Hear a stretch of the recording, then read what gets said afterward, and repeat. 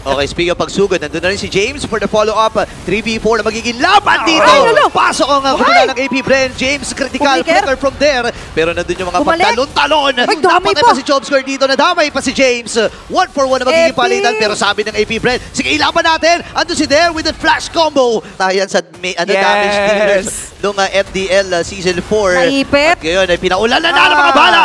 Dito si James, mabubuhay din. Saman Force ay nailapag na nga ni Outplay dito. Haji with a kill. Ngayon si Dare dito, winawas-iwas na ang kanyang mga combos. And nabuhay pa rin si MP the King and Haji. Ayan, doon lang sila makakapalag ng equal. Pero kung palagan lang, sinisimulan agad dito ang pagtusok kay Kekedat. Okay, papalag na raw si MP the King. Nakakuha na siya ng kill dito habang Federer malaki shop skirt. Andun yung Bloom na ultimate. Wala kay Escalera. At nakakuha pa siya ng kill doon. MP the King, binababaran lang. Itong si James Pang. Pinipigilan talaga nila na makaalis. Andun yung pang-vertical pero flicker naman. Ay, go-commit ni Outplay dito. Haji Z ay nakakuha rin ng isang kill. Tatlo ang napatumba ng AP Bren. Habang isa naman para sa Twisted Minds. Buff. Pero nakuha ba? Nakuha na yung the King. Ngayon papasok na nga rin dito ang Twisted Minds. Habang Shotgun magiging target nila Outplay with the kill. Ngayon naman ay nasa yawan. Kekedot ay napatumba. Twisted Minds, eto na yung power spike. Guys. Aasahan talaga natin. Pero will there be a golden move dahil nandito na agad sila MP the King naka-ulti na. Okay, nakaltokan siya dito. Labag din Zaman Force pero hindi ata mamamaximize. Kasi naglayuan din ang AP Bren. Pero pasok din si MP the King. Sakto lang yung mga heal with the blooms. Mula dito kay Escalera. Isa kagad ang nawala para sa AP Bren at pagkakataon ng Twisted Minds na kunin itong Lord. Grabe rin naman yung mga pangyayari doon pero ayaw nilang magpaawat Burrito. Ito na naman si James sa likod. Grabe, wala daw aawat. Flicker ay na-commit na rin ni Dare. Ngayon, mag-full commit na dito ang Twisted Minds. Habang si MP the King, grabe naman.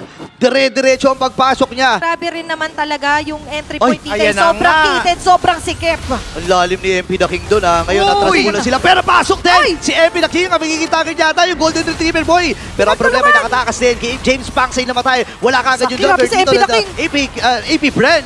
Ngayon, papasok pa rin si MP the King. Sabay Winter Crown para mag-grow sa player lang. Sabay atras muli dito. Diretso na sila sa Lord. Hero sila dito. Nire-reserva rin nila, of course, dito yung mga ultimate. And speak of which, nilatag ng Girls Pathway, pati na rin ang Feather Strike. Haji Z and MP the King! Naku po, para mapagabagal, pero parang bibilis sa ata ang sitwasyon. Kasi sa Outplay, preheat na. Makakadalo ba siya dito? Hindi si MP the King nakakuha ng kill. Ngayon, dire-diretso ata sila sa base lock. Pero nakahanda din ang AP Bren. Pero ang paghahanda nila ay kakapusin ata. Dahil si Shiso ay namatay din. Isa sa mga main na damage dealer dito ng AP Bren. Ngayon naman si James ang magiging punteriya. Pero sakto din yung pag-clear dito ni Dare. Para lang matugunan yung kakailanganin nilang clear wave doon. Pero si MP the King hindi pa tapos. Okay, lumalaban pa rin naman dito ang AP Bren. 3 laban sa 5. Andito na nga lang din ang Bloom na magaling sa Twisted Minds. At sabay-sabay mapasok, sumayaw! Buti nila na pang Winter Crown! Pero si Outplay nakatungtong na doon sa base. Game 1 para sa Twisted Minds.